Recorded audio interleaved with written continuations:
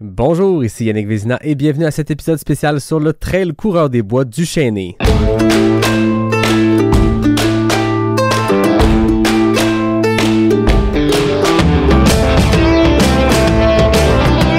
En trail, on se jase. En trail, on se rencontre. En trail, on existe.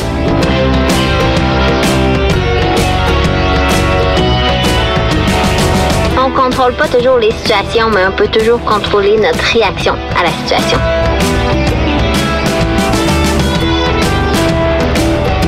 Si tu commences à te sentir bien courir un ultramarathon, fais-toi-en pas, ça va passer.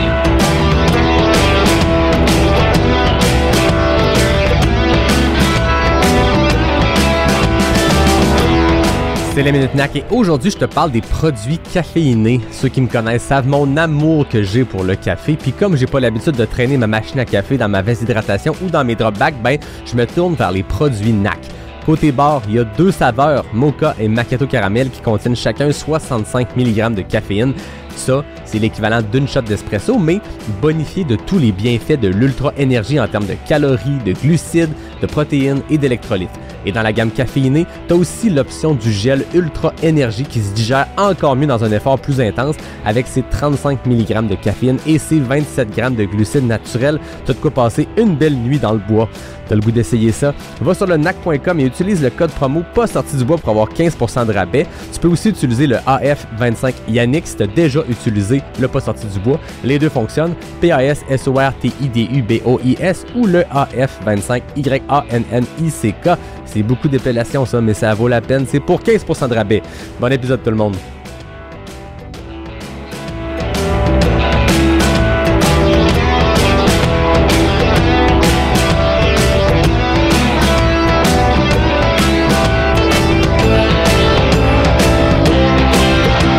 Ouais, on n'est pas sorti du bois, hein? Salut tout le monde, bienvenue à cet épisode numéro 235 de Pas sorti du bois. Je commence ça en solo, devant micro, avec un petit mocktail à la main. Vous allez voir, ça durera pas longtemps ce solo-là parce que aujourd'hui, je vous propose un épisode spécial à l'intérieur, en fait, avant et après le Trail Coureur des Bois du Chêné, qui est l'événement qui ouvre la saison dans la grande région de Québec. Je dirais même jusqu'à dire dans l'est du Québec. Il y a un événement en Ottawa un peu plus tôt dans la saison, mais le Trail Coureur des Bois, chaque année pour les gens de Québec et des alentours, c'est là que la saison commence. Puis il s'est passé beaucoup d'affaires cette année, notamment une pluie torrentielle qui a mouillé les coureurs. Je pense que les coureurs sont encore en ce moment, au moment où j'enregistre cet épisode et au moment où je le sors, sont encore en train de faire sécher leur stock parce que c'est assez intense ce qui s'est passé ce week-end-là. En fait, aujourd'hui, je vous propose un épisode en deux parties. D'abord, je me suis rendu à la Shakeout Run du Trail Coureur des Bois. Donc, c'était organisé en partenariat avec Oka, qui est le présentateur officiel du Trail Coureur des Bois, avec Je Cours Québec, qui présente le Trail Coureur des Bois. C'est l'organisation qui l'organise, cet événement-là, Je Cours Québec, et avec le Coureur Nordique, qui a toujours une sortie de trail le jeudi soir. Donc, tout ça ensemble, Oka, le Coureur Nordique, Je Cours Québec, Pas sorti du bois, tout le monde ensemble, on a organisé cette sortie de course-là, ce Shakeout Run-là, Trail Coureur des Bois, et je m'y suis rendu, j'ai couru, j'ai fait l'entraînement qui était là, on a eu bien du fun, j'ai jasé avec plein de monde, et je suis allé chercher quelques petites entrevues avec des gens qui allaient participer quelques jours plus tard au Trail Coureur des Bois. Donc vous allez entendre tantôt Léa Tardy, Marine Schiera et Cédric Gagnon parler Trail Coureur des Bois. Dans le cas de Léa et Marine, ils s'en allaient courir l'une des distances. Dans le cas de Cédric Gagnon, c'est le tech rep de Oka qui organisait cette Shakeout Run-là, mais qui était aussi sur le terrain en tant que présentateur de l'événement via Oka. Puis Cédric Gagnon, c'est un nom qui vous dit peut-être quelque chose parce que Desert Rats by UTMB, Cédric a fait toute une performance là-bas. Donc, on revient sur ce sujet-là dans l'entrevue. Donc, on s'écarte un petit peu du Trail Coureur des Bois pour jaser avec Cédric de son côté coureur. Après avoir parlé de son côté tech rep pour Oka.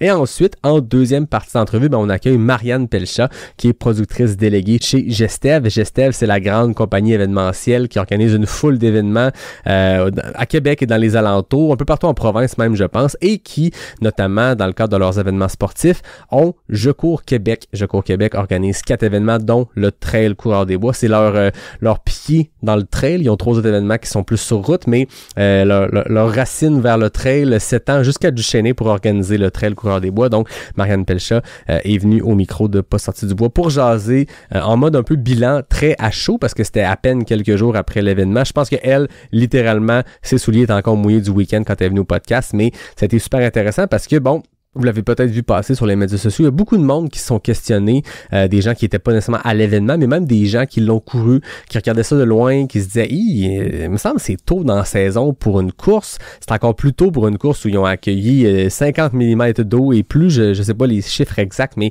il y en est tombé toute une. Puis les gens se sont questionnés, puis j'avais le goût de donner la parole à Marianne Pelcha pour justement expliquer c'est quoi qui est mis en place pour tenir un événement aussitôt dans la saison, comment on s'adapte à la météo, puis c'est quoi leur relation avec la CEPAC justement qui doit autoriser l'événement à emprunter les sentiers. Donc c'est une discussion vraiment intéressante. Donc vraiment un épisode en 2 parties. D'abord avec Léa Tardy, Marine Skera et Cédric Gagnon, et puis ensuite avec Marianne Pelcha. Je vous retiens pas plus longtemps, j'ai tellement de bonnes entrevues, j'ai pas besoin de vous en dire davantage. Donc successivement, vous allez entendre Léa Tardif, Marine Skera, Cédric Gagnon, une petite pause pour le message du partenaire et ensuite l'entrevue de fond avec Marianne Pelcha de Jeco Québec. On se lance dès maintenant. Bon épisode tout le monde. Léa Tardy, je viens de Lévis. Léa, on est à la Shakeout Run pour le Coureur des Bois. C'est la première personne à qui j'ai réussi à parler qui fait le trail Coureur des Bois. Parle-moi de ce que tu t'en vas faire ce dimanche. Je vais faire le 18 km. Okay. Yes. Est-ce que c'est ta première fois au trail Coureur des Bois? Ça va être la première fois en tant que coureuse, mais j'ai été bénévole là 2 ans. OK. Tu me disais que c'est une histoire de famille, cette pratique-là du trail. Fait que là, tu fais le 18 avec ton père et ta mère, c'est ça? Je fais le 18 avec ma maman, puis mon père se lance sur une plus longue distance sans nous. Fait que là, la grande question, c'est qui dans la famille a commencé le trail puis qui a contaminé les autres? Oh mon Dieu, je pense que c'est moi. C'est moi qui donne les mauvaises idées. C'est toi l'influenceuse de la famille? C'est ça, mais c'est mes parents qui étaient beaucoup sportifs, puis c'est moi qui donne les idées folles, puis ils me suivent. Je suis très chanceuse. Ouais. Est-ce qu'ils te suivent par intérêt pour la course ou pour être sûr que tu sois correct? Non, je pense qu'on a vraiment du fun, puis tout l'été, je m'entraîne avec ma mère. Mon père me suit parce que athlète super naturel. Je sais pas, mais non, c'est ça. Je pense que on a vraiment du fun, puis c'est vraiment un bon moment à chaque fois. Je pense que je les ai contaminés, mais en même temps, on a toujours été super sportifs, fait que on y va tout ensemble maintenant. C'est le fun, c'est le trip familial. Ça fait-tu longtemps que vous faites ça en famille? Juste après la COVID. Okay. Moi, j'ai recommencé à courir en 2022 par un demi-marathon sur route, puis après je me suis lancée dans le trail de par l'influence de mon oncle notamment, ma famille. J'ai eu la piqûre du trail. Je cherchais quelque chose de plus complet qu'un parcours sur route, là. Puis plus c'est ça, quelque chose de plus long, plus complexe. Non, c'est ça. Ça fait longtemps quand même. Et tu disais que ton oncle, il a fait l'UTMA, l'Ultra Trail du Mont-Albert, le défunt une course qui était 160 il y a longtemps, il y a eu une édition. Ça fait longtemps que ça se trame dans la famille. Toi, tu viens du triathlon, tu disais. Oui. Qu'est-ce que t'aimes de la course? Qu'est-ce qui fait que t'as eu la piqûre? Moi, au début, c'est ça. Moi, je me blessais toujours à la course au triathlon. C'était ma bête noire, la course, pour de vrai. Puis, j'ai comme voulu vaincre ça. Fait que quand je me suis remis à mon demi-marathon, je me suis vraiment fiée à un plan de préparation complet. Puis, j'ai vraiment aimé ça, comme vraiment la plus longue distance. Puis, j'ai comme...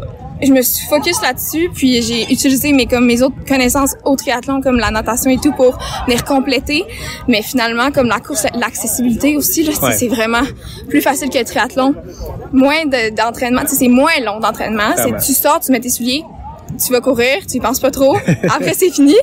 Puis c'est ça, c'est moins, puis c'est plus rassembleur aussi, je trouve, que le triathlon. Là, tout le monde peut courir. Fait que... On le voit ce soir, on est quoi? Je suis pas en évaluation, mais trentaine, j'aurais dit cinquantaine. Peut-être que je suis trop généreux. On est une belle gang, en tout cas. C'est quoi le défi de faire une trail comme ça, comme le trail Coureur des Bois, en début de saison? Ça a lieu le 18 mai. C'est très tôt. On n'a pas beaucoup de temps dans les sentiers normalement, à moins d'aller voyager loin. Ici, c'est quoi les défis que toi tu vis en ce moment dans ta préparation? Ben c'est sûr qu'on n'aura pas fait beaucoup de trail. On va avoir fait du sentier avant, là, mais tu sais, je pense que la trail, c'est vraiment de se lancer dans quelque chose c'est ça, d'aller chercher un petit côté technique. Puis c'est ça, on est super sensibilisés aux sentiers, tu sais, qu'il faut pas les briser et tout. Fait que là, je pense que d'avoir une course officielle qui ont vérifié ça pour nous avant. Fait qu'on, tu sais, on se lance là-dedans, mais c'est sûr que ça l'entame, ça l'ouvre bien la saison. Ouais. C'est vraiment un bel événement du Chénier. Super rassembleur, puis je pense que ça lance bien la saison. C'est tôt, mais ça te met un objectif pour recommencer tranquillement Ça force à sortir quand il fait froid en février, en mars. C'est ça, puis là, tu sais, 18 kilos, c'est semi, tu sais, c'est pas très long, mais tu sais, ça, c'est comme une mise en bouche, quand même le fun, là. Tu disais c'est une mise en bouche parce que t'as d'autres choses qui s'en viennent. Qu'est-ce que tu fais ensuite? Oui, nous, c'est ça, on s'en va faire en famille le TP50 avec le Gaspésia. Puis après, on fait Beluga, le 33. Okay. Ouais. C'est une belle planification. Oui. Ça va être ta première fois que tu fais une course par étape au Gaspésia? Oui, ouais. Oui, vraiment, par étape, j'ai super hâte. Ouais? Ouais. En terminant, qu'est-ce qu'on te souhaite pour ce dimanche au Trail Coureur des Bois? Pas trop de boîtes. Ça, on peut te le souhaiter, mais on n'a pas beaucoup de contrôle là-dessus. Peut-être un petit rayon de soleil. OK. Ben de la boîte, un petit rayon de soleil, ça, je serais super contente. Bon, mais je te souhaite un peu de boîte, rayon de soleil, puis du gros plaisir. Yes. Merci beaucoup, Léa. Yes. Alors moi, c'est Marine Skira. Je viens de Chambéry, dans les Alpes, en France. Et tu es au Québec depuis? Ça va bientôt faire 3 ans. OK. Ouais. À Québec même? À Québec même, ouais. Est-ce que tu as découvert la communauté de trail, la communauté de course via des clubs comme ici ce soir? Exactement. Bah moi, en fait, je suis arrivée un lundi soir et le mardi soir, j'ai commencé au coureur nordique dès le lendemain. Et depuis, j'ai jamais lâché le club. Wow. Est-ce que tu courais déjà en France? Oui. Bah en fait, j'ai commencé à courir pendant la Covid à peu près en trail. C'est ça, pendant la Covid, et puis j'ai continué ici, mais ça a surtout pris de l'ampleur ici grâce aux coureurs nordiques. Bon, on les remercie, on est là, c'est eux qui nous ont réunis tout le monde ce soir. C'était un événement au cas, on va recommencer la phrase, il y a une moto. C'était un événement au cas, c'était avec le coureur nordique, c'était aussi avec Je cours Québec pour le Trail Coureur des Bois du Chêne qui est ce dimanche et ce lundi, dépendamment des distances. Tu vas y participer. Quelle distance vas-tu courir? Je vais courir le 34 km. En termes de distance, dans ce que tu as fait dans le passé, c'est un gros défi, c'est un défi de préparation vers autre chose, c'est nouveau? C'est la deuxième fois que je le fais. Je l'avais fait il y a 2 ans. Et c'est un peu mon défi de début d'année pour mon gros défi qui est le Arikana 65. OK, c'est un excellent build-up. Écoute, c'est exactement le build-up que j'avais fait il y a quelques années. La première fois que j'ai fait l'UTHC 65, j'avais fait le 34 en début de saison. Fait parce que je peux témoigner, je sais pas ce que ça vaut, mais ça avait été un très beau build-up. Est-ce que le 65, ça va être ta plus longue distance à vie? Ça sera ma plus longue distance one-shot à vie. J'avais fait l'année dernière le le Transgaspésia 100. OK. Ouais, sur 3 jours. À percer. À percer, oui, c'est ça. Okay, c'est un très bon défi. Ouais. C'est quand même un défi de courir un 34 km en début de saison. Pas beaucoup d'accès aux sentiers jusqu'à maintenant. Comment s'est passée ta préparation vers cette course-là? Cet hiver, j'ai toujours fait mes entraînements au coureur nordique les mardis, intervalles. Après le reste du temps, j'ai pas mal couru. Je courais quand même en sentier avec la neige, avec des crampons. Et puis j'ai fait aussi pas mal de tempo sur route pour faire de la vitesse un peu et des longues distances. Pas d'accès au trail, ça va être une surprise pour cette semaine. Est-ce que tu as réussi à aller un petit peu en trail dans les derniers jours pour te préparer tranquillement les chevilles et le corps à aller sur du sentier? J'ai fait toutes les sorties trail avec le coureur nordique. On a fait une longue sortie samedi dernier. On a fait toute la rivière Montmorency. Ah, OK. Ouais, c'était vraiment chouette. Et puis, j'ai retrouvé les trails de la clinique du coureur. C'est excellent. Fait que c'est une bonne préparation. C'est quoi la stratégie nutritionnelle pour toi sur 34 km? Tu pars, puis comment tu planifies ça, si tu le planifies? Je le planifie pas du tout. J'adore. Fait aucune planification. Non, j'y vais pas mal au feeling. Généralement, ça va. J'ai pas de problème au niveau nutrition, ainsi de suite. Je bois au fur et à mesure. Non, j'ai pas de stratégie là-dessus. Est-ce que l'entraînement se fait aussi comme ça au feeling? On suit dans des clubs comme ici, fait des entraînements organisés, mais après ça, on y va avec une structure ou on y va vraiment freestyle? Là, pour le 65, je me suis quand même mis une petite structure. J'ai dit que j'y allais pas y aller en freestyle, donc j'ai pris un abonnement chez Campus Coach. Okay. Ouais. J'ai commencé ça et c'est vraiment bien parce que il y a quand même des séances structurées que je combine avec mes séances du coureur nordique et du renforcement. C'est assez complet. C'est cool. Fait que tu fais du renforcement. Félicitations. On le sait, tout le monde devrait en faire, mais c'est difficile de le faire. On l'entend, c'est la bête noire de beaucoup de coureurs. Tu réussis à le faire, je te félicite. Au nom de la communauté, on te félicite tous. Merci. Tu l'as fait l'année passée, le 34 km. Il y a 2 ans, pardon. Est-ce que le fait de l'avoir déjà fait, c'est positif ou c'est négatif? On sait ce qui s'en vient, il y a une prévisibilité, mais en même temps, on arrive en terrain inconnu. Comment t'envisages ça? Il y a 2 ans, il faisait beau. Je sais que ce week-end, il va faire plus vieux, donc ça va être, je pense, complètement différent le feeling. Mais moi, je trouve ça plutôt rassurant quand t'as déjà fait une course, de la refaire. Tu sais à quel moment t'as flanché, à quel moment va falloir relancer la machine. Non, moi j'aime bien. Ça me dérange pas de refaire plusieurs fois la même course. Qu'est-ce qui te fait revenir sur cette course-là spécifiquement? Qu'est-ce que tu avais aimé il y a 2 ans? Du parcours, de l'événement, de l'ambiance? Le fait que ce soit en début de saison. Il n'y a pas beaucoup de trails en début de saison, donc déjà ça c'est un avantage. Et je trouve que le parcours est quand même bien mixé entre du roulant, du technique, des bonnes quelques montées, du plat pour accélérer. Donc j'aime bien le mix, c'est un terrain varié. Ça change le mal de place. Ouais, voilà. En terminant, qu'est-ce qu'on te souhaite pour cette course-là ce dimanche? De prendre du plaisir, malgré la boue. Malgré la boue. En fait, peut-être que c'est grâce à la boue que tu vas avoir du plaisir. Parce que de moment donné, on met le cerveau d'enfant à on, puis on saute à pieds joints là-dedans, puis on s'amuse. De toute façon, on sera tous dans la même galère, donc voilà. C'est ça. Bonne course dimanche, on t'en souhaite une belle. Merci beaucoup. Je m'appelle Cédric Gagnon, mais beaucoup de gens qui m'appellent Cédric Cosca. Mais à la base, je viens des Laurentides. En ce moment, j'habite à Montréal. Mais je suis aussi originaire du Lac-Beauport. Et tu vis dans tes valises, parce que tu me disais que dans le dernier mois, t'as passé 3 jours dans ton appartement, 3 dodos, le reste, ça s'est fait sur la route. T'es tech rep pour Oka. C'est toi l'instigateur de l'événement qu'on couvre depuis tantôt entre le coureur nordique, Je cours Québec et Oka, bien sûr. Mm-hmm. Parle-moi de ton métier de tech rep. Qu'est-ce que ça fait un tech rep pour ceux qui écoutent puis qui ont aucune idée c'est quoi? Un tech rep, c'est comme un long ultra, on va dire. Tu te promènes, t'es tout le temps en train de courir. Mais moi, j'aime ça. Honnêtement, je suis quand même quelqu'un vraiment positif. Juste de me promener comme ça, voir des gens parler, ça me met le sourire.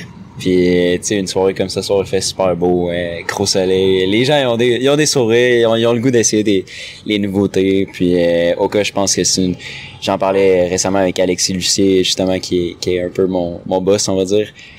On disait, tu sais, au cas, c'est la joie dans le mouvement. C'est contrairement à d'autres compagnies qui vont être comme, c'est plus la punition à aller courir. Nous, c'est vraiment, on apporte ça le bonheur. Fait que ça fait partie un peu de notre ADN.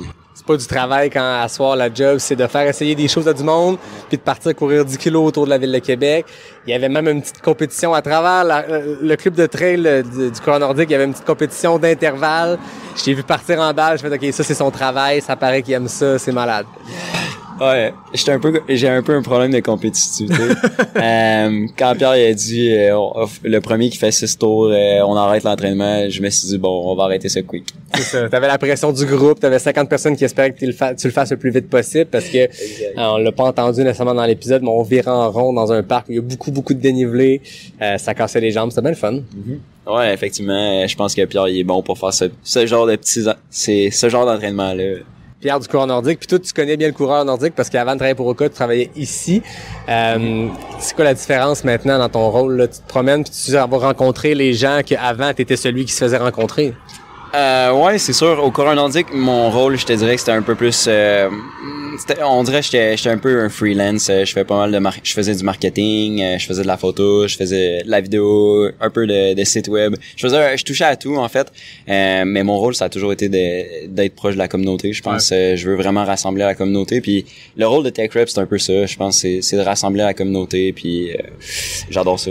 Tu le fais bien avec beaucoup de monde à soir. On était là. On va faire le moment marketing de la chose parce qu'on était là pour essayer un nouveau chose qui est vraiment hot.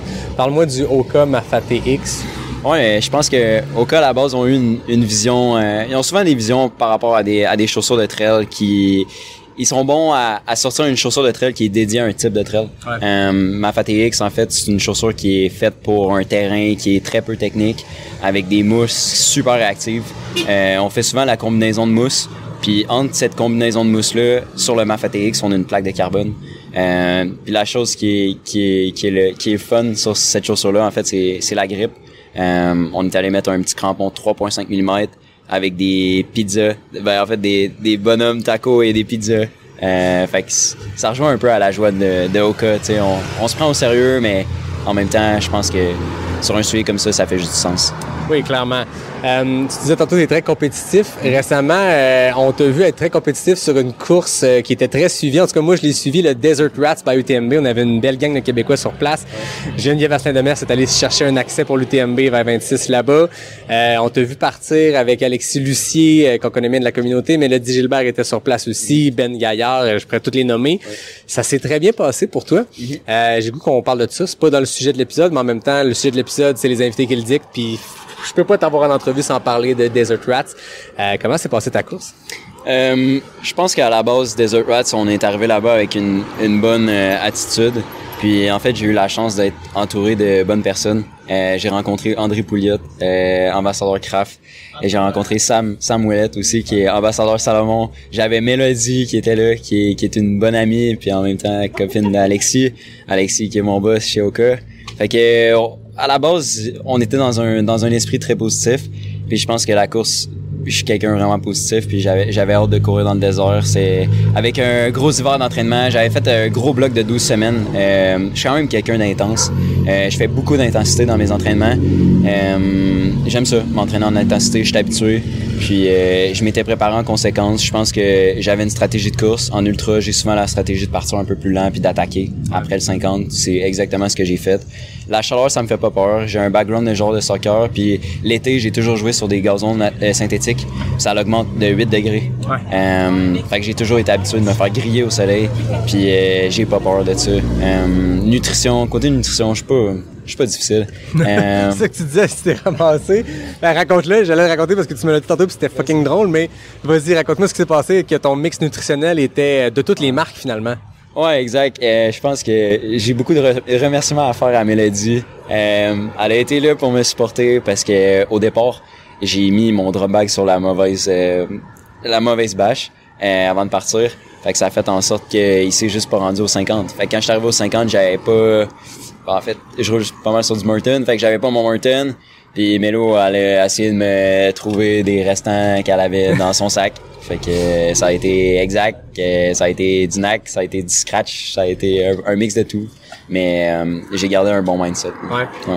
T'as perdu le fil sur tes grammes de glucides par heure. Tu disais que t'avais un plan, mais après ça, quand on a plus notre stock puis on a plus nos références, ton état d'esprit t'as-tu un petit coup de ça va mal aller ou t'es resté positif là-dedans? Je suis quand même resté positif. Quand je suis arrivé au 50 puis elle m'a dit là, Ced, elle a dit t'as pas de drop bag, fait qu'il va falloir que tu fasses avec.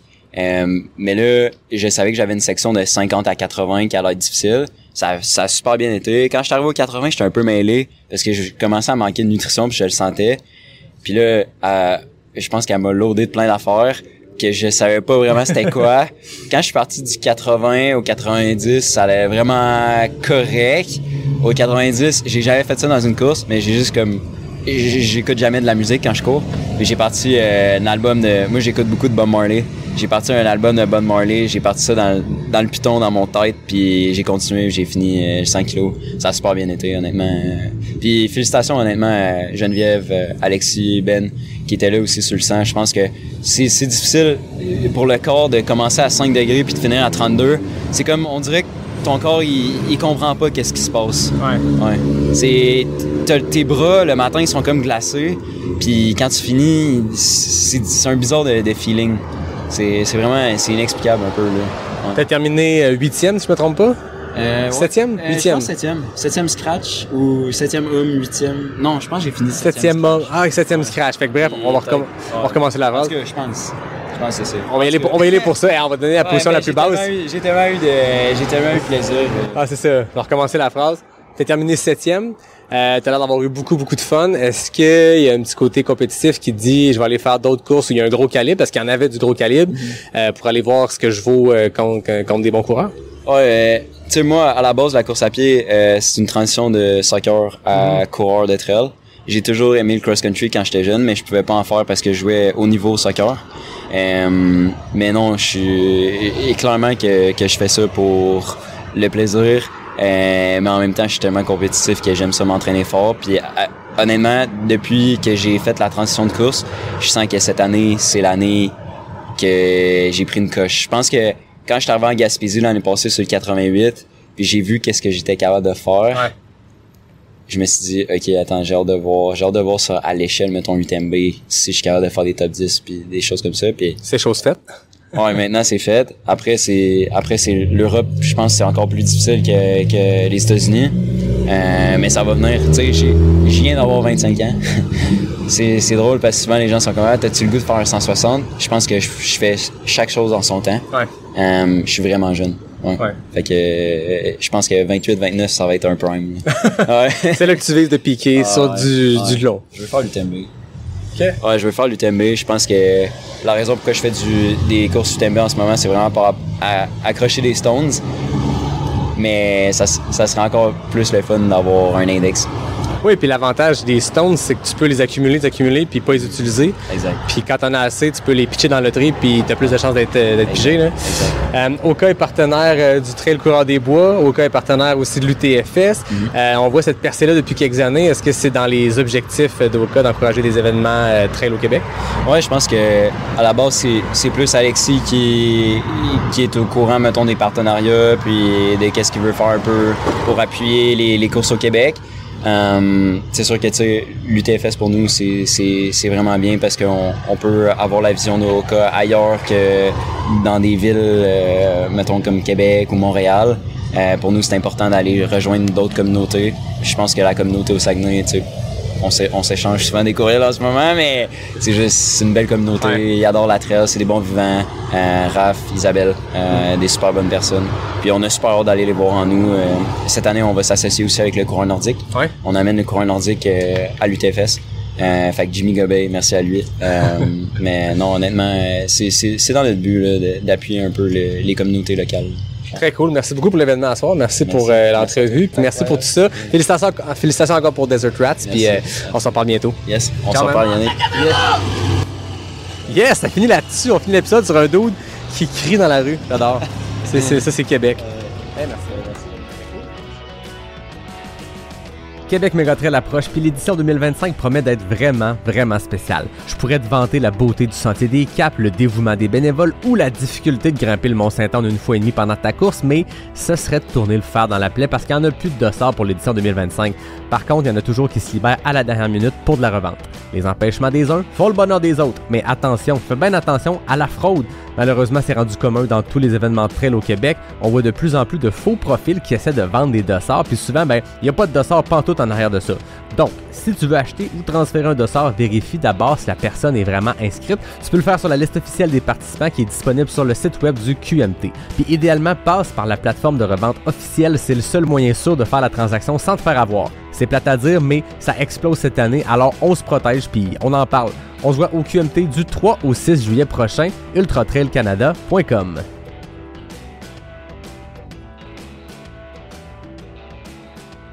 Marianne Pelcha, bienvenue à Pas sorti du bois. Bonjour Yannick.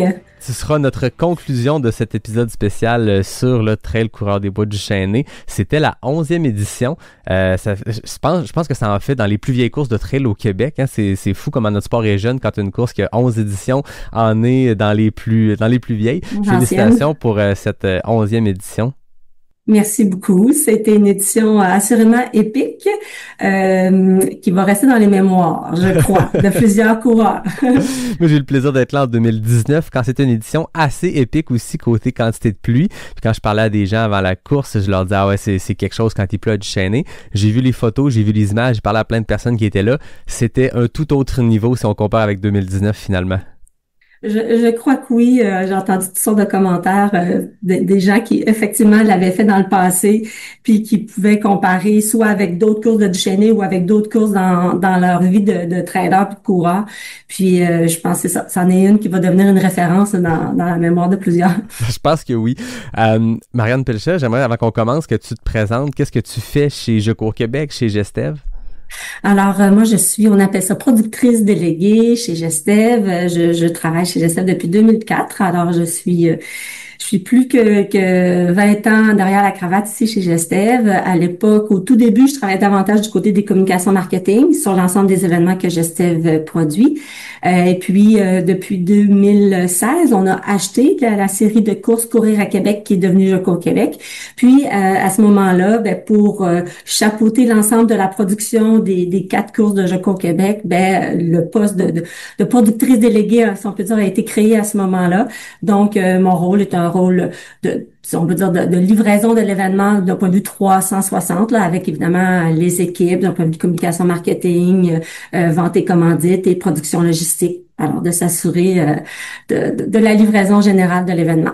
C'est rendu très gros, Je cours Québec. Je voyais ces 4 événements, dont le Trail Coureur des Bois. Ensuite, il y a le demi-marathon de Lévis qui est passé. Il y a le défi des escaliers qui attire souvent des coureurs de trail parce que c'est un beau défi de dénivelé urbain. Là, une chance qu'on a à Québec est d'avoir tous ces beaux escaliers-là. Et bien sûr, le marathon Beneva de Québec. J'ai regardé les statistiques, je sais pas si c'est à jour, mais c'est près de 30 000 personnes qui participent à ces 4 événements-là, dont 2500 pour le Trail Coureur des Bois.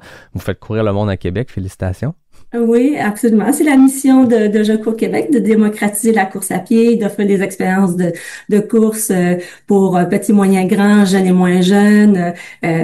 Évidemment, en course sur route principalement, là, sur 3 de nos 4 événements. Puis en fin de semaine passée, c'était notre version trail et course en sentier. Je rappelle que vous avez des distances sur le Trail Coureur des Bois qui vont de l'ultra. Je pense qu'à 48 km, quand on dépasse le 42, moi j'appelle ça de l'ultra. Fait que vous avez un ultra de 48, mais vous avez aussi des distances très challengeantes de 34, 18, 25, 8, 3 et 1.5, donc il y en a pour tout le monde. C'est ce que j'aime aussi de l'approche de Cours Québec, c'est on y va dans l'inclusivité. Tout le monde est le bienvenu, indépendamment des niveaux, indépendamment des objectifs. Il y en a pour tout le monde. Là, il y en avait surtout pour ceux qui avaient leur wetsuit puis leurs souliers en Gore-Tex parce que c'était très très mouillé. On pourrait y revenir. Toi, à chaud comme ça, quelques jours de l'événement, c'est quoi ton bilan de cette 11e édition-là? On est encore à s'en remettre, entre guillemets, de tout ça pour l'équipe. C'était une édition, en 11 ans, on le mentionnait, là, 11 ans d'histoire, c'était vraiment celle là, qui était la plus pluvieuse, la plus boueuse. 2300 participants, c'est un record de participation, c'est 20% de plus que l'an passé. Fait que ça signifie encore une fois que le sport de la course à pied est en santé, la popularité et la croissance continue. La trail l'était déjà, si on peut dire, comparativement à la route, là, qu'on sentait toujours là, davantage d'effervescence dans les dernières années. Puis là, ça se concrétise encore plus cette année. C'est un événement qu'on a tenu pour la première fois sur 2 jours. Puis, on y a goûté en termes de météo. On savait ce qui s'en venait. On travaille avec un météorologue là, qui nous donne quasiment en temps réel là, les précipitations à venir. Fait qu'on savait qu'il y avait de la pluie qui s'en venait. Même lors du montage, là, on a même modifié un peu notre horaire pour faire en sorte de faire le montage lorsqu'il pleuvait pas, vite. Puis après ça, on a rentré à l'intérieur lorsqu'il s'est mis à pleuvoir pour faire d'autres sortes de montage là, à l'intérieur des bâtiments. Fait qu'on va se souvenir de cette édition-là comme une édition boueuse et pluvieuse, mais les sourires étaient tout aussi larges et grands que la quantité de boue sur les chaussures.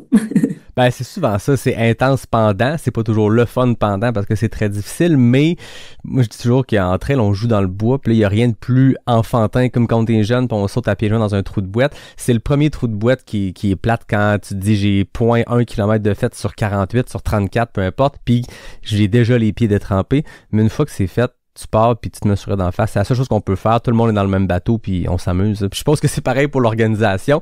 Vous avez pas eu 1 ou 2 demi-journées sous la pluie. Vous avez eu une préparation quasi complète parce que la veille, c'était tout aussi boueux et mouillé, mais vous avez relevé le défi. Je pense que tout le monde avait l'air d'avoir beaucoup trippé à cette édition-là. Tu le disais, c'est la première fois que vous le faisiez sur 2 jours. Historiquement, c'était toujours le lundi de la fête des Patriotes. Qu'est-ce qui a motivé cette décision-là cette année de le faire sur 2 jours?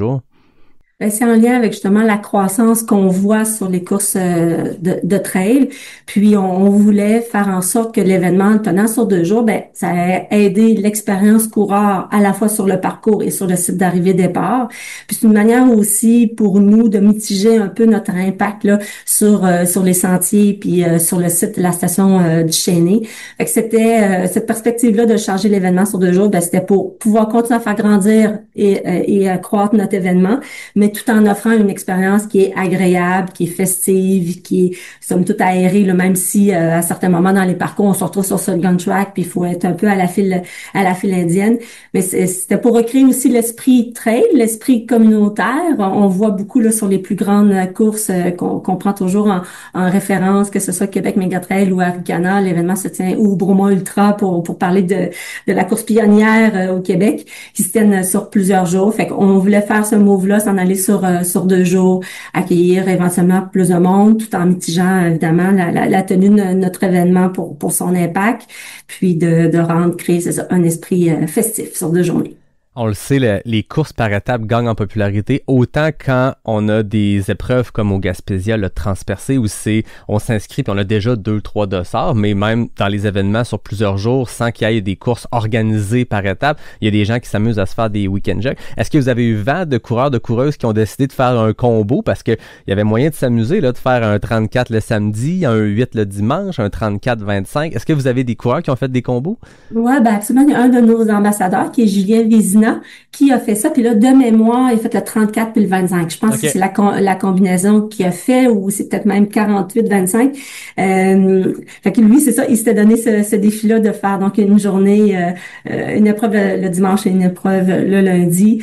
Puis j'écoutais tout à l'heure là, les vox pop qu'on a fait des différents participants, puis lui parle d'ailleurs, puis il a tout le visage rempli de boue, là, puis il s'excuse d'ailleurs là, d'avoir plein de boue comme ça, puis il dit je vais aller me débarbouiller, mais il a dit qu'il y a eu du fun, puis c'était super agréable, puis il invitait évidemment tout le monde à se lancer ce défi-là, parce que c'est un défi qu'il faut se lancer, oublier la montre, oublier le chrono, juste aller comme ça en forêt. Puis on sent aussi là, dans les commentaires des gens là, toute l'espèce de fierté d'avoir combattu ces conditions difficiles-là. Il y a Julie Lesage là, qu'on connaît là, de réputation là, qui était interviewée, puis elle appelait ça comme une aventure. Là. C'était plus qu'une course ou un trail. Là, qu'elle a vécu ça comme une aventure. Un beau début de saison pour elle. Là. Elle trouve la trail là, du Coureur des Bois qui se situe en début de saison comme ça. Donc, c'est une bonne mise en jambe, s'initier aussi à la course, voir où est-ce qu'on est en termes de forme. Puis comme les parcours offrent souvent des portions assez roulantes, ben quand on s'est plus entraîné durant l'hiver sur route, ben on c'est moins technique là de faire la transition vers la trail avec le Coureur des Bois. Ouais, puis c'est un des avantages aussi. Je le dis, c'est un avantage, même pour ceux qui aiment le technique, comme tu le dis. Il est tôt dans la saison de votre événement. C'est difficile de se dire, je vais aller me mettre les jambes dans le gros technique, puis je vais être prêt pour du gros technique. Quand les sentiers ont commencé à ouvrir, à être, la période de dégel à se terminer il y a 1 semaine, il y a 2 semaines. Donc, d'avoir une course, moi, je me rappelle quand je l'ai fait, oui, t'as des portions single track, mais t'as beaucoup de portions où ça roule, puis c'est une bonne chose, comme tu dis, en début de saison. Puis c'est un excellent défi pour, c'est ça, se mettre une introduction à la saison, savoir peut-être d'être capable de jauger comment a été l'entraînement hivernal, comment est la forme, est-ce qu'on est prêt pour les prochains défis. Tu le mentionnais, Julie Lesage, si je me trompe pas, c'est la 2e fois en 2 ans qu'elle termine 2e sur le 48 km, parce que l'année passée, elle avait été 2e derrière Geneviève Asselin-Demers. J'énumérerai pas toutes les performances, mais tu le mentionnais, Julie, c'est j'oserais dire une amie de l'émission, elle est passée à une reprise, puis c'est une coureuse qu'on aime bien suivre. Tu le disais, il y a un défi qui vient avec cet accès-là au sentier, parce que on est tôt dans la saison. Pour les coureurs, ça veut dire que c'est tôt pour aller en trail. Pour les organisations, ben c'est un défi aussi, parce que vous êtes proche de la période de dégel. On le sait, nous, c'est une période où on fait de la sensibilisation en avril, mai, aux coureurs de pas aller s'aventurer dans les sentiers il y a une fonte récente. Est-ce que vous avez vu qu'en fin de semaine, des quantités de pluie comme ça, tout le monde peut le vivre à tous les moments de l'année. Hein, toutes les courses ont leurs éditions de pluie. Mais là, dans ce cas-ci, il y a un paramètre supplémentaire qui s'ajoute dans l'organisation pour la préparation, c'est le dégel. Cette année, ça a été une année où ça a été plus tard que d'habitude. On a un hiver qui a commencé tard, il a terminé tard. La fonte des neiges, jusqu'à tout récemment, il y en avait encore. J'en ai vu à Charlesbourg en fin de semaine encore de la neige dans un petit coin à l'ombre. Est-ce que c'est quelque chose qui est analysé avec la CEPAC, qui est propriétaire de la station du Chesnay? Est-ce qu'il y a des analyses qui sont faites pour être certain que 2300 coureurs qui passent sur 2 jours, ça affecte pas les sentiers plus qu'un simple événement comme c'est la normalité le reste de l'année, là? Ouais, on prend ça en compte, puis à chaque début du mois de mai, on a une rencontre justement avec les gestionnaires du site de la station du Chesnay. Entre autres, d'un point de vue d'opération, est-ce qu'on peut emprunter les chemins forestiers pour se rendre, entre autres, là, à la halte, qui est le point central de plusieurs de nos ravitaillements. Puis, on fait également le point sur l'état des sentiers en termes de neige, en termes d'accessibilité, puis de conditions de sentiers, conditions pour emprunter ces sentiers-là. On envoie, nous, nos équipes aussi sur le terrain pour investiguer. Est-ce qu'il y a des arbres à couper, à abattre? Quel est l'entretien qu'il va falloir faire en amont? Puis ce qu'il faut savoir sur les parcours de la traite du Coureur des Bois, il y a des sentiers qui sont les sentiers de la CEPAC, là, que monsieur, madame, tout le monde peut emprunter en d'autres temps lorsqu'on va à la station.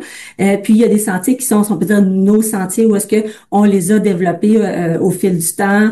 On les a donc connectés à ceux de la CEPAC pour pouvoir faire un 48, un 34, un 25, un 18 et etc. Fait que nos équipes sont là. On fait toujours le point avec la CEPAC à chaque année. Puis c'est d'un commun accord et en connaissance de cause là, qu'on envoie ainsi 2300 coureurs sur 2 jours. C'est sûr que les conditions de pluie cette année, c'était exceptionnel. Là. Puis je lisais sur un groupe Facebook, peut-être que tu consultes également là, les commentaires des coureurs qui se questionnaient à savoir l'impact des sentiers, quelle est notre posture, notre position, nous comme organisateurs. Fait que c'est ça se fait d'un commun accord avec la CEPAC. On a un rôle là-dedans, nous, comme organisation, d'où le fait de tenir l'événement sur 2 jours pour essayer de mitiger ces impacts-là. Il y a d'autres solutions aussi, puis je pense que c'est intéressant la conversation qui existe là sur différents groupes Facebook en ce moment. Tu sais, c'est un écosystème. Hein. Il y a nous l'organisateur, il y a le coureur qui a un rôle ou une part de responsabilité ou de conscience à avoir, puis il y a le gestionnaire de site évidemment. Fait que les trois ensemble, il faut que chacun, si on peut dire, fasse sa part là-dedans. Il y a des solutions évidemment pour minimiser notre impact, que ce soit de réduire le nombre de coureurs ou faire en sorte que les parcours qui sont empruntés soient empruntés par un nombre réparti de coureurs. Dans le cas de la traite du Coureur des Bois, c'est 12% des parcours qui sont empruntés par toutes les distances. Mm-hmm. Fait que les 2300 coureurs n'empruntent pas tous le même parcours. Fait que on a ce souci-là d'essayer de répartir la charge ou répartir le volume de coureurs sur l'ensemble des parcours. Est-ce qu'on pourrait envisager dans le futur peut-être de changer certains parcours pour qu'ils empruntent plus des chemins de gravel, peut-être au détriment, oui, de l'expérience coureur, expérience nature, mais de faire en sorte que l'impact sur le sentier est moins grand? Oui, bien sûr. Est-ce qu'on pourrait avoir des clauses, je disais ça dans un des échanges, une clause d'annulation dernière minute si les conditions sont trop défavorables? Et ça, peut-être qu'en tant que coureur, faut peut-être éventuellement s'exposer à ça, que les organisateurs, sous forme de responsabilité, décident d'annuler à la dernière minute. Mais bref, tout ça pour dire que oui, on a une conversation avec la CEPAC. Puis c'est un peu particulier dans le cas du Chesnay par rapport au parc national. Là, si on pense à le parc de la Jacques-Cartier ou les Chic-Chocs ou ailleurs, là, c'est pas la même classification de préservation puis de conservation du territoire à du Chesnay. Il y a des coupes forestières, fait que les sentiers ont pas comme la même pas la même importance, ça serait pas le bon mot, mais la même préoccupation de qu'ils ne soient pas abîmés comme tel, parce que le territoire n'ont pas cette vocation-là, ou ont une autre vocation que, par exemple, un parc national. Exact. Ouais, puis tu sais, dans mes souvenirs aussi, je sais pas c'est quoi le pourcentage de vos parcours qui sont sur des sentiers de ski de fond. Tu sais, je me rappelle des secteurs où on court dans un endroit, c'est pas un single track, c'est très large, c'est du foin parce que c'est une track de ski de fond. Ben c'est sûr que l'impact, c'est extrêmement mouillant comme type de terrain parce que on dirait que ça garde l'eau jusqu'au mois d'août, mais c'est aussi des endroits qui peuvent pas être maganés comme un single track. Mais moi, c'est ça quand j'ai vu aussi les commentaires dont tu parlais, puis des fois j'ai envie de dire, faut faire confiance aussi aux organisateurs, faut faire confiance aussi à la CEPAC. Tu sais, Je cours Québec perdra pas son nom pour tenir son événement à tout prix, au même titre que la CEPAC. Tu sais, je suis certain qu'un propriétaire privé d'un terrain où il y a un trail qui passe aurait peut-être la responsabilité de dire à un organisateur non, le sentier est pas prêt, mais des fois c'est des gens qui connaissent moins ça, c'est un propriétaire d'une terre à bois, il y a une course qui passe. Là, dans ce cas-ci, c'est la CEPAC. Ils n'ont pas de but lucratif dans leur mandat, dans le sens où ils sont là pour la protection de leur zone, de leur territoire, et ils ont des gens qui sont pleinement compétents pour prendre ces décisions-là. Puis comme tu dis, je pense que si un jour un événement comme le vôtre ou un autre à d'autres moments pour d'autres raisons en venait à changer des parcours à la dernière minute ou à annuler, ben, les gens doivent comprendre, ça fait partie de la beauté de notre sport, c'est qu'on va dans des zones qui sont plus reculées. Ce qui me vient en tête, moi, c'est je travaille dans l'organisation des Chic Chocs et j'ai quelques petits mandats, mais j'entends d'une oreille aussi ce qui se passe dans d'autres départements, disons. Puis les parcours au Chic Choc, il y a la version A, B, C, D, dans le sens où si la CEPAC dit « Hey, on a aperçu un caribou, un individu à tel secteur, la course peut plus passer par ce secteur-là. » Ben, il y a un plan B, il y a un plan C. Je pense que chaque organisation, c'est ça. Je suppose que vous aussi, c'est le cas. Vous allez monitorer. Puis cette année, peut-être que ça va vous dire, OK, des fois, le dégel, il est tard. Combiné à 30 mm de pluie, faut avoir des options. Puis là-dessus, moi, j'ai tendance à dire aux gens, faisons confiance aux organisateurs. Ils perdront pas leur nom pour tenir l'événement à tout prix. Mais je pense que tu l'as bien expliqué, ce qui est fait pour s'en assurer. Est-ce que vous, dans vos réflexions, puis c'est peut-être trop tôt, est-ce que de tenir l'événement, entre guillemets, je veux pas que ce soit péjoratif, mais aussitôt, on le sait, c'est le premier dans la région de Québec, c'est le deuxième événement trail au Québec au grand complet, puis l'autre, il est en Outaouais. Eux, c'est l'été déjà depuis 2 mois. J'exagère, mais Québec, c'est toujours plus long. Est-ce que vous, cette fin de semaine-là est bloquée pour toujours ou on analyse des options pour peut-être un jour le faire un peu plus tard? Ben, on a cette conversation-là, si on peut dire, à chaque année. C'est sûr que le fait d'avoir fait notre nid à cette fin de semaine-là depuis 11 ans, c'est pas nécessairement simple de changer une date d'événement, surtout dans un contexte où est-ce qu'il y a à peu près des courses à toutes les fins de semaine. Fait qu'on veut pas nuire, on veut pas arriver dans les jambes d'un autre organisateur avec Grosjean comme devant. Fait que tu sais, on analyse ça, on en discute, on en a déjà discuté, on continue de maintenir comme là avec le 2 jours. On a posé la question à la CEPAC, est-ce qu'on, comme on le tient sur 2 jours, est-ce qu'on fait le samedi-dimanche, on fait le dimanche-lundi, est-ce qu'on conserve cette fin de semaine-là, tant qu'à faire le changement de date? Puis finalement, la conclusion de l'histoire, c'était on reste à cette date-là, toujours en étant conscient, puis je le dis en rigolant, mais depuis toutes ces années qu'on fait ça, il y a toujours un moment donné au début mai là qu'on va faire un repérage sur le terrain, puis on revient, puis on est comme il y a trop de neige, ça passera pas, tu sais. Puis finalement la magie opère, puis la météo s'améliore, se réchauffe et ainsi de suite, puis là on peut tenir l'événement. On a toujours le même petit stress au début du mois de mai en se disant ça le fera pas, mais on continue de maintenir notre date à ce temps-là en prenant en compte les conditions particulières dans lesquelles on doit opérer, en se faisant des plans de contingence, le cas échéant. Dans le cas dans la fin de semaine, on a beaucoup réitéré aux coureurs de changer un peu leur approche de performance, de rester dans les sentiers. On s'est mis en mode de niveau alerte jaune. Là. On a implanté un système d'alerte événementielle, la SAE, donc ça suit des codes couleurs vert, jaune et rouge.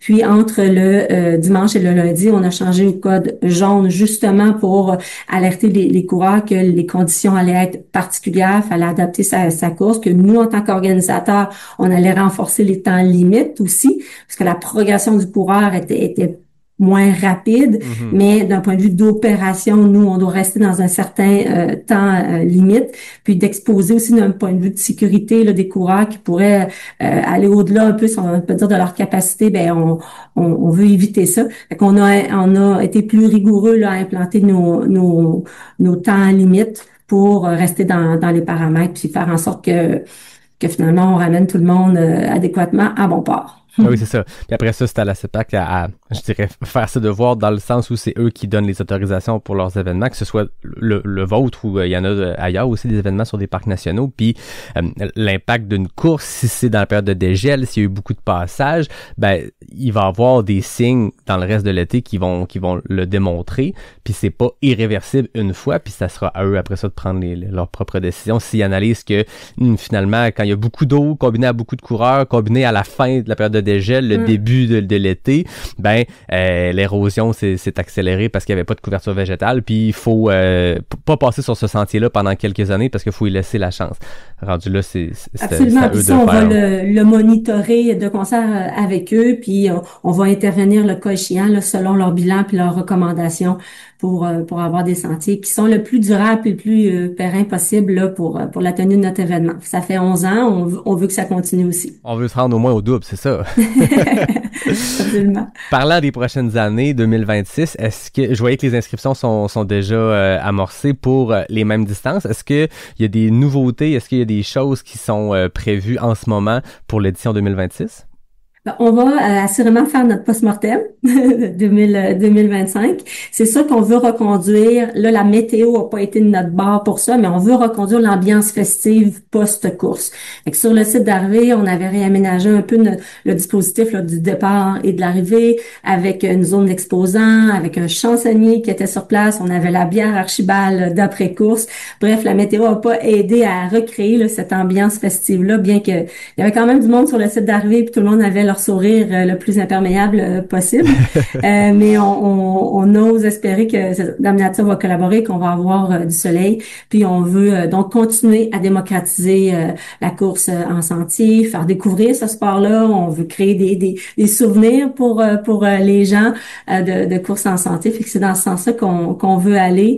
Les épreuves qu'on a, donc les 7 épreuves, les 7 distances seront de toute évidence les mêmes pour la prochaine édition en 2026. Est-ce que tu as une découverte ce week-end, un highlight? Est-ce que ce soit un coureur, une coureuse, un bénévole, un participant? Je te lance ça comme ça. Y a-tu quelqu'un qui te vient en tête qui a marqué ta fin de semaine? Ben, je pense que j'ai 3 groupes de coups de cœur, là. Il y a eu 2 équipes qui ont fait le 8 km avec une jouelette, donc la chaise portée. C'est déjà difficile de faire une course en sentier dans les conditions qu'on a connues en fin de semaine. Et là, ce groupe-là de 6 à 8 personnes qui accompagnaient quelqu'un en chaise portée, en jouelette, pour le 8 km, là, c'était vraiment un très, très beau coup de cœur de les voir là, dans leur coordination, hein, parce que c'est comme une espèce de chorégraphie, ils se parlent beaucoup, il y a beaucoup d'entraide, il y a une roche, ok, là on change de position et tout. Fait que c'est magnifique de voir ça en groupe. Mon deuxième coup de cœur, c'est sûr que c'est les bénévoles. C'est sûr que c'est les bénévoles. C'est près de 300 bénévoles qu'on a qui se partagent 400 corps d'implication. C'est sûr et certain, c'est peut-être galvaudé de le dire, mais sans eux, on serait incapable de tenir notre événement. Ils ont été là, ils ne sont pas payés, ce n'est pas leur travail, c'est un choix d'être là avec nous. C'est magnifique, c'est extraordinaire. Je les remercie vraiment là du fond du cœur. Tous étaient là et présents et avec leur sourire, puis les 2 pieds mouillés certainement, mais c'était vraiment là de toute beauté, c'est extrêmement précieux. Puis mon troisième coup de cœur, ben c'est, je dois le lancer là, c'est à l'équipe de Gestef. Ouais. Vraiment une équipe guerrière en fin de semaine, dans les conditions de montage, de course et de démontage dans des conditions difficiles. C'est sûr qu'on fait ça parce qu'on aime ça. Oui, c'est notre job. On y met beaucoup de cœur, mais l'équipe là, a vraiment relevé le défi avec brio. Puis tout le monde avec le sourire, tout le monde positif. On est là, on habite sur place durant la tenue de l'événement pour éviter les allers-retours et tout ça. Fait que c'est une colonie de vacances qu'on a ensemble pendant quelques jours. Mais c'est sûr que ça resserre les liens d'équipe, mais vraiment bravo et chapeau à l'équipe. Souvent, les grandes organisations vont faire des week-ends de team building ou des séjours de team building dans un chalet. Vous l'avez en organisant ça en colonie de vacances à Duchesnay.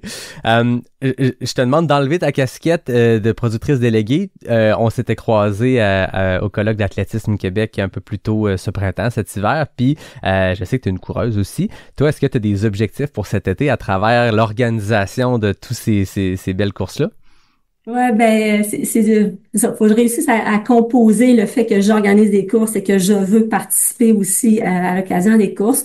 J'en ai fait une là, ce printemps, demi-marathon à Saint-Jean-sur-Richelieu. J'essaie toujours de m'en faire une pour moi, si on peut dire, avant la série de courses Je cours Québec pour me donner mon petit bonbon à moi. Puis mon objectif là pour l'automne prochain, c'est le marathon de Valence. Okay. En Espagne. Ouais, alors c'est un séjour là que je vais aller faire là-bas, un marathon là, qui depuis quelques années a des temps records qui se font là.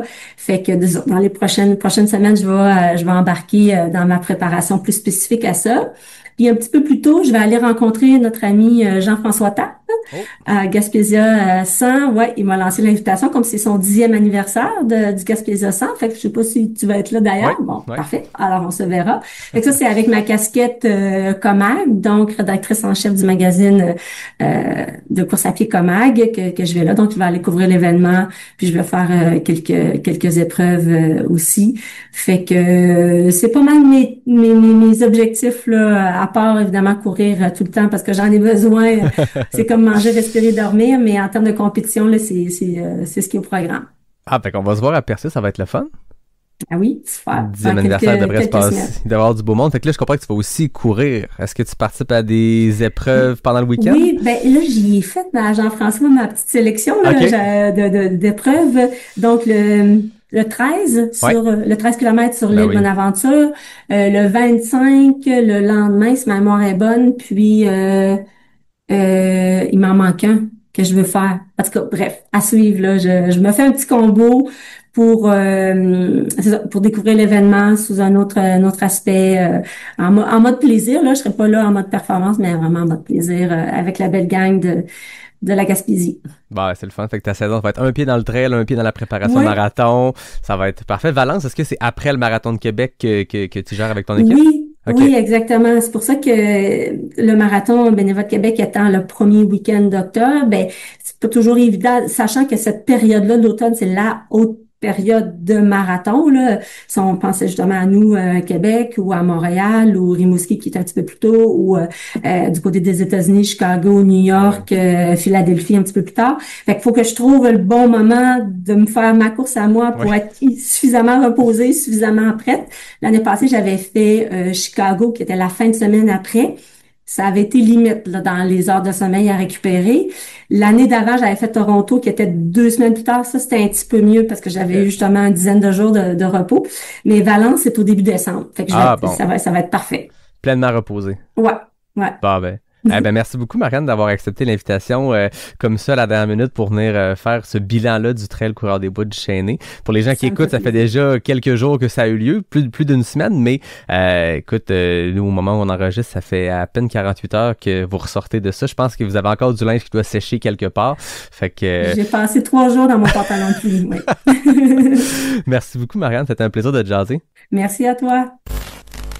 Et voilà, c'est ce qui conclut cet épisode avant et après le Trail Coureur des Bois du Chêné. J'espère que vous avez apprécié les entrevues. Je tiens à mentionner que Léa Tardif a complété le 18 km en 3h12. On la félicite. Et Marine Schiera, de son côté, a complété le 34 km en 4h30.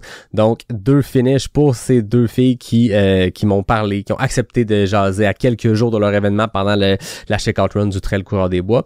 Je tiens aussi à remercier, bien sûr, Cédric Gagnon et Marianne Pelcha qui sont venus discuter de cet événement-là avec moi dans le cadre de l'épisode. Et mention spéciale à Frédéric Bourque et François Cahuette qui étaient là sur place quand on a fait la check-out run, qui ont accepté de me parler. On a fait un enregistrement, une entrevue, mais on a essayé quelque chose. J'aime ça faire ça en début de saison, un épisode d'embrousse avec mes petits micros. Je l'avais fait l'année passée à la IPA Fun Run en prévision de la Hard Rock. Là, je l'ai fait dans le cadre de cette check-out run-là en prévision de ce qui s'en vient, notamment à l'UTMB où je serai avec mes petits micros. Puis c'est un kit qui est beaucoup plus sensible au son versus le gros kit studio que j'ai pour enregistrer mes épisodes. Puis j'essaie des affaires. Puis cet épisode-là m'aura permis de voir que quand on court en mouvement et qu'on tente d'enregistrer une entrevue en même temps, la qualité du son est pas là.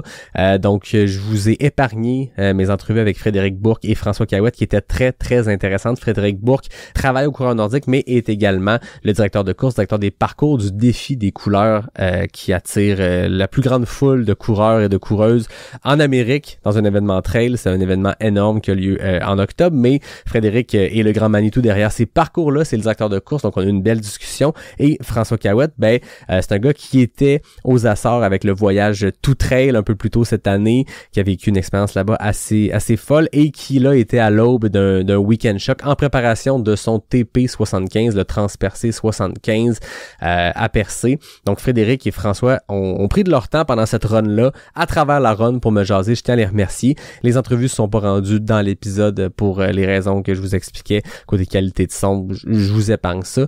Par contre, Frédéric, François, on va certainement trouver une manière de vous rejaser dans le futur. C'était 2 belles jasettes, puis j'ai aimé votre vibe et je suis certain qu'on va trouver un moment, une opportunité de vous ramener à Pas sorti du bois dans un contexte où le son s'y prête mieux. Donc, merci à Léa, à Marine, à Frédéric, à François, à Cédric et à Marianne pour cet épisode avant et après le trail coureur des bois du Chêné. C'est ce qui conclut ce 235e épisode de Pas sorti du bois. Je fais pas ça souvent, mais là, c'est un épisode spécial. Je le conclus seul au micro. Si vous aimez ce que vous entendez, si vous écoutez Pas sorti du bois chaque semaine, chaque mois, une fois de temps en temps, peu importe à quelle fréquence vous l'écoutez, d'abord, je tiens à vous remercier. J'ai beaucoup de fun à faire ça, mais je ferais pas ça s'il y avait pas des gens à l'autre bout de la ligne qui écoutaient ces épisodes-là. Donc, je tiens vraiment à vous remercier du fond du cœur. Puis, si vous écoutez présentement sur une plateforme de diffusion, que ce soit Spotify, Apple Podcasts ou tout autre, n'hésitez pas à vous abonner à Pas sorti du bois à côté. Je pense qu'on peut mettre des petites étoiles, aller mettre un 5 étoiles si vous aimez ce que vous entendez. Mine de rien, c'est quelque chose qui peut aider le podcast justement à franchir de nouveaux horizons et à aller rejoindre d'autres coureurs, d'autres coureuses, d'autres fans de trail. Donc voilà, c'était mon petit moment infopub de fin d'épisode. Faites-le si le cœur vous en dit, puis sinon, c'est pas plus grave que ça. Je vous en veux pas, je vous aime pareil.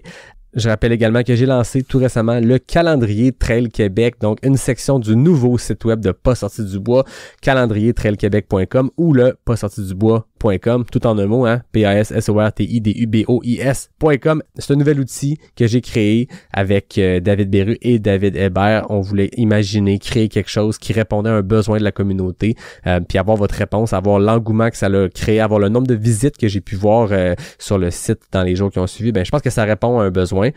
Puis en ce moment, le calendrier Trail Québec 2025 est en phase bêta. Ça, ce que ça veut dire, c'est que c'est pas une version finale, dans le sens où on a mis tous les événements trail de 2025 là-dedans.